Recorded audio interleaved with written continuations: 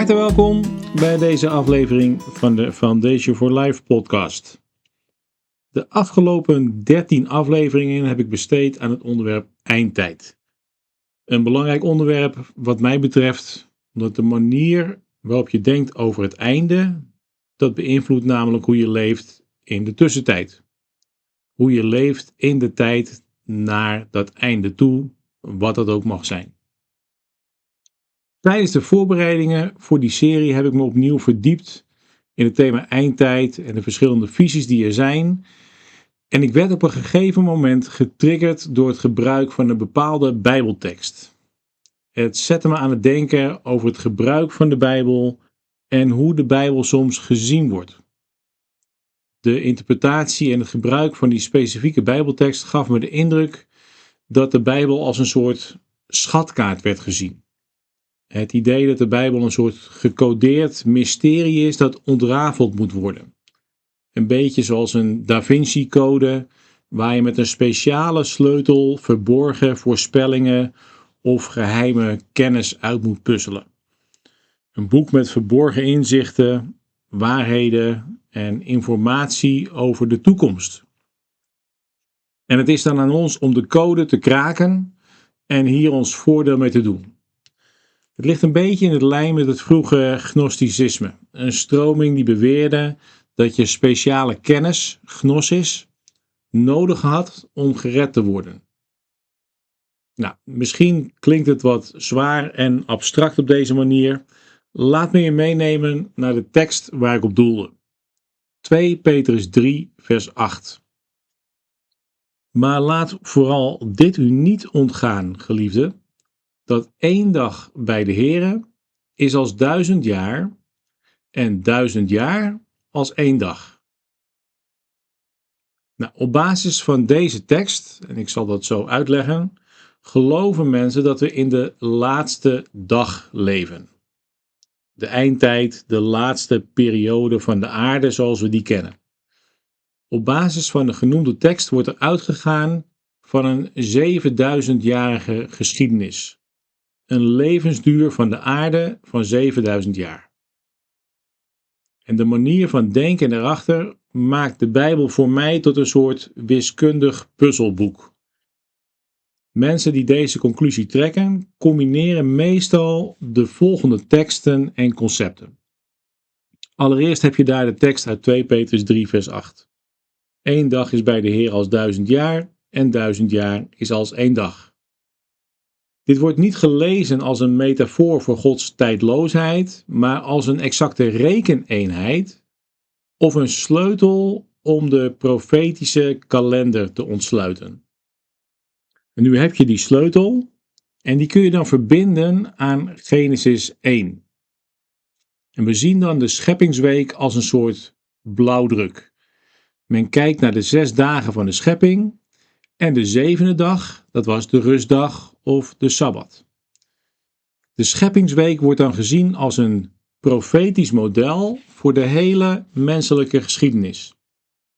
Als God de wereld in 6 dagen schiep en op de 7e dag rustte, dan moet de mensheid 6000 jaar werken, tussen aanhalingstekens, en dan zal het 7e millennium de rust zijn, of ook wel het 1000-jarig rijk.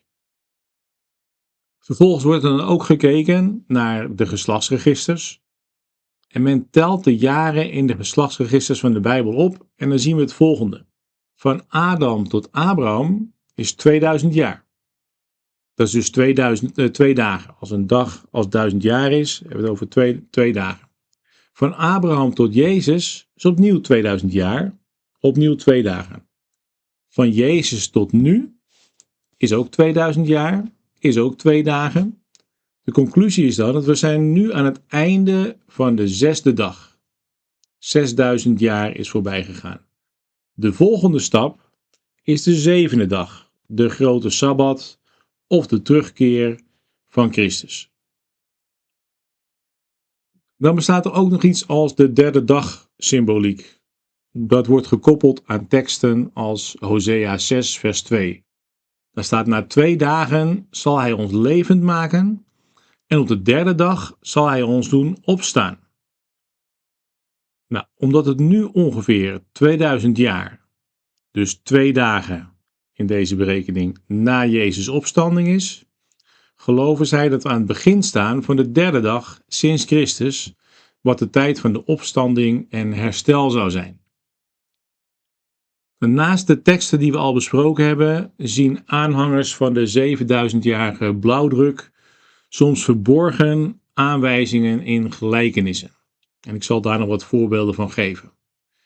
Neem bijvoorbeeld de bruiloft te Kana. In de tekst staat er: en op de derde dag was er een bruiloft te Kana. Nou, de interpretatie is dan de volgende. Men ziet de eerste 2 dagen als de 2000 jaar van het tijdperk van de kerk. En de derde dag, vanaf Christus geteld, zou dan tijd zijn voor de bruiloft van het lam.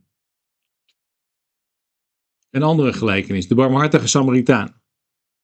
Daar staat in de tekst: de volgende dag haalde hij 2 penningen, denari, tevoorschijn. Hij gaf ze aan de waard en zei: draag zorg voor hem.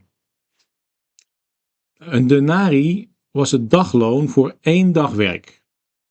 En als 1 dag gelijk is aan 1000 jaar, dan staan de 2 penningen voor 2000 jaar zorg die God voor de gewonde mensheid heeft voorzien. Het tijdperk van de kerk, voordat hij, of de Samaritaan, of Jezus, zo gezegd, terugkomt.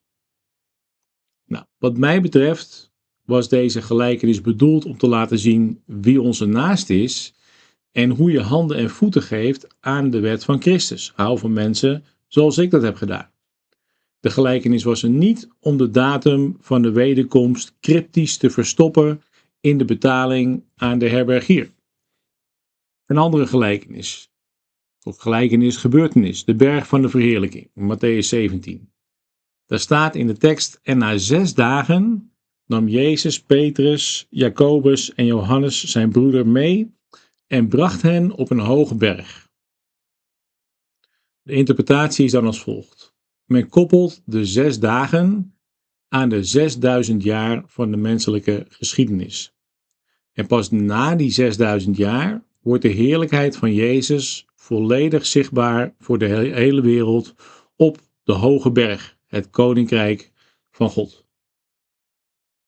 Nou, mijn gedachte hierover, over deze gebeurtenis, is dat deze 6 dagen verwijzen naar Mozes, die ook 6 dagen wachtte voordat hij de berg opging. Exodus 24 vers 16. En die connectie is logischer omdat dit moment gaat over de overgang van Mozes naar Christus. Elia en Mozes verschijnen daar op de berg met Jezus, de grootste profeet en de wetgever. En plotseling worden ze weggenomen en klinkt er een stem: dit is mijn geliefde zoon, luister naar hem. En als je dan al symboliek wilt zien, dan zou je dat kunnen zien in de aanwezige discipelen. Petrus, zijn naam betekent steen en de wet was in steen gegrift, dat is een beeld van de wet. Jacobus betekent weggenomen worden door en Johannes betekent genade. De wet wordt weggenomen door genade. Dat past perfect in de context van deze gebeurtenis.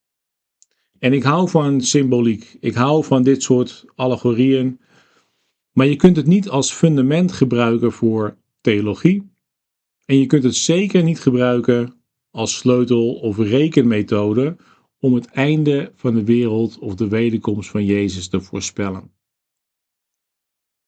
Mijn bedenkingen tegen de Bijbel als schatkaart, of wat ik benoemde als een Da Vinci Code-achtige manier van Bijbellezen, zijn de volgende.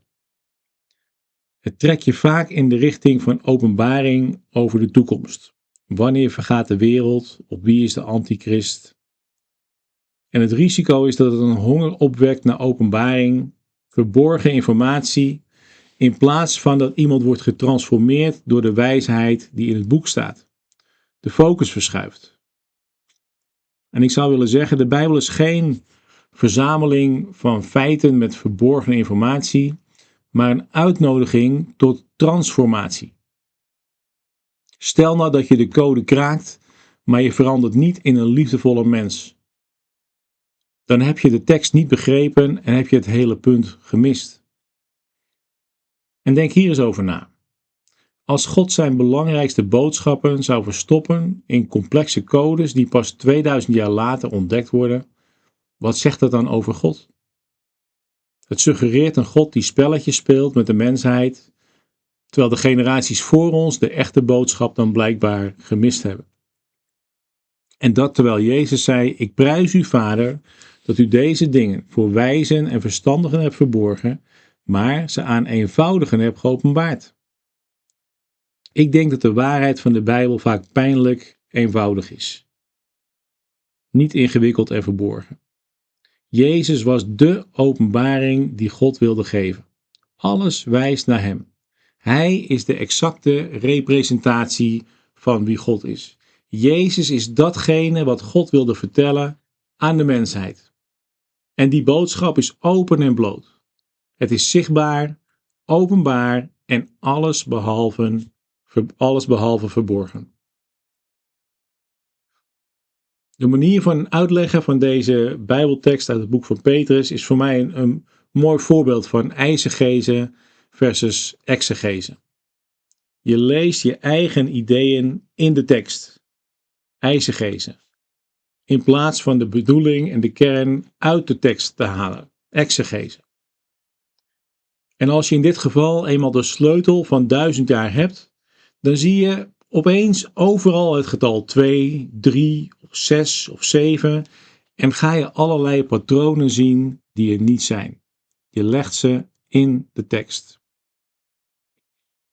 Het getal 1000 in de Bijbel betekent overigens vaak veel of soms ook een lange tijd, in plaats van dat het exact om het getal 1000 gaat. Psalm 50 bijvoorbeeld, het vee op de 1000 bergen. Zijn het precies 1000 bergen? Nee, het zijn er heel veel. De zegen van God tot in het 1000ste geslacht. Houdt de zegen van God daarna op? Of is het langdurig en zonder einde? Saul heeft duizenden verslagen, maar David tienduizenden. Dit was een lied om de overwinning te vieren. Het gaat niet om een exacte bodycount, maar om het aangeven dat Davids succes vele malen groter was dan dat van Saul. Nou, daarnaast kun je stellen dat er in dit geval natuurlijk geen sprake is van gezonde contextuele hermeneutiek. Als de gelijkenis van de Samaritaan een verborgen code was voor 2000 jaar later, dan had de oorspronkelijke toehoorder niets aan die informatie. En Petrus, die communiceerde een boodschap die relevant was voor de toehoorders in zijn tijd. Petrus gaf zijn toehoorders hier geen rekensleutel voor de eindtijd. Nou, dit zijn maar een paar van de bedenkingen die ik heb tegen deze manier van Bijbeluitleg. Er zijn er natuurlijk veel meer te bedenken. Maar je zou deze conclusie kunnen trekken. In plaats van de Bijbel te zien als een schatkaart, waarbij je zoekt naar iets verborgens, kun je de Bijbel ook zien als een venster. En het is dan niet de bedoeling dat je naar het glas staart om te zien of er krasjes in zitten die een code vormen. Het is de bedoeling dat je door het venster naar God kijkt. Kijk naar het wezen van God dat in de Bijbel geopenbaard wordt. Goed, wat zegt deze tekst dan wel? Dat is misschien wel interessant om deze aflevering mee af te sluiten. 2 Petrus 3 vers 8 is niet een wiskundige rekensom, maar zou je kunnen zien als een pastorale correctie op een verkeerd godsbeeld. De aanleiding van Petrus' schrijven is het feit dat de gelovigen in Jezus onder vuur liggen van spotters. We kunnen het lezen in vers 3. In de eerste eeuw was de verwachting dat Jezus snel zou terugkeren om alles recht te zetten. In Mattheüs 10 en 16 beloofde Jezus zijn komst in heerlijkheid, de komst van zijn koninkrijk in die generatie. Hij had het gezegd: sommigen van jullie zullen nog in leven zijn als dat gebeurt. En dat was hun verwachting. Maar toen ging er tijd overheen. Misschien waren er zelfs mensen uit die generatie die begonnen te sterven terwijl er niets veranderde. En de spotters begonnen te zeggen: waar is de belofte van zijn komst? Alles blijft zoals het was sinds het begin van de schepping. Moet je je voorstellen dat je 30 jaar lang ergens op moet wachten. Vroeger begon ik een maand voor mijn verjaardag al te vragen: duurt het nog lang? Ik wilde graag de cadeautjes uitpakken. Ik was de dagen aan het aftellen. En 30 dagen, dat voelde al als een eeuwigheid. Laat staan 30 jaar. En ze worden belachelijk gemaakt. De betrouwbaarheid van Jezus wordt in twijfel getrokken. Waar blijft die belofte nou? Alles is nog hetzelfde. Het is best heftig. Gaat Jezus zijn woorden waarmaken? Dat was waar het om draaide. Als de belofte niet uitkwam, was Jezus dan wel wie hij zei dat hij was? Dat kan je in een aardige geloofscrisis brengen. Ik kan me goed voorstellen dat je begint te twijfelen na 30 jaar wachten. En in vers 8 reageert Petrus hierop door te citeren uit Psalm 90 vers 4. En hij zegt dan: 1 dag bij de Heere is als 1000 jaar en 1000 jaar is als 1 dag. Dat is geen code, maar een metafoor. Dit is geen profetische sleutel om de datum van de eindtijd te berekenen, maar een verklaring over de natuur van God. God is tijdloos, hij staat boven de menselijke chronologie. Petrus probeert niet te zeggen hoe laat het is op de wereldklok, maar hij probeert te duiden dat God niet traag is, zoals wij traagheid definiëren. Hij is geduldig, hij is genadig, God heeft geen haast. Het cruciale vers dat direct volgt is de volgende: de Heer is niet traag, maar hij heeft geduld met u, omdat hij niet wil dat iemand verloren gaat. Hij wilde niet dat mensen verloren zouden gaan bij de verwoesting van de stad. Deze tekst is een onthulling, een herinneren van de gelovigen aan Gods hart van genade. De vertraging is geen onmacht van God, maar een verlenging van genade. God rekt de tijd op omdat zijn prioriteit herstel is en niet vernietiging. De tekst stelt de mensen gerust dat God niet vergeten is wat hij beloofd heeft. Hij is simpelweg ongelooflijk geduldig met de mensheid. Dat was de boodschap voor de mensen in die tijd. En dan kun je je afvragen: wat is de les die wij hiervan kunnen leren? En misschien is het dit. In plaats van te wachten op de 7e dag, word je uitgenodigd om vandaag te leven, vanuit de rust van Gods koninkrijk. Je hoeft niet te wachten op het 7e millennium om rust te vinden. In Christus is het vandaag de 7e dag. Je mag nu al leven vanuit de rust, de genade en het volbrachte werk van Jezus.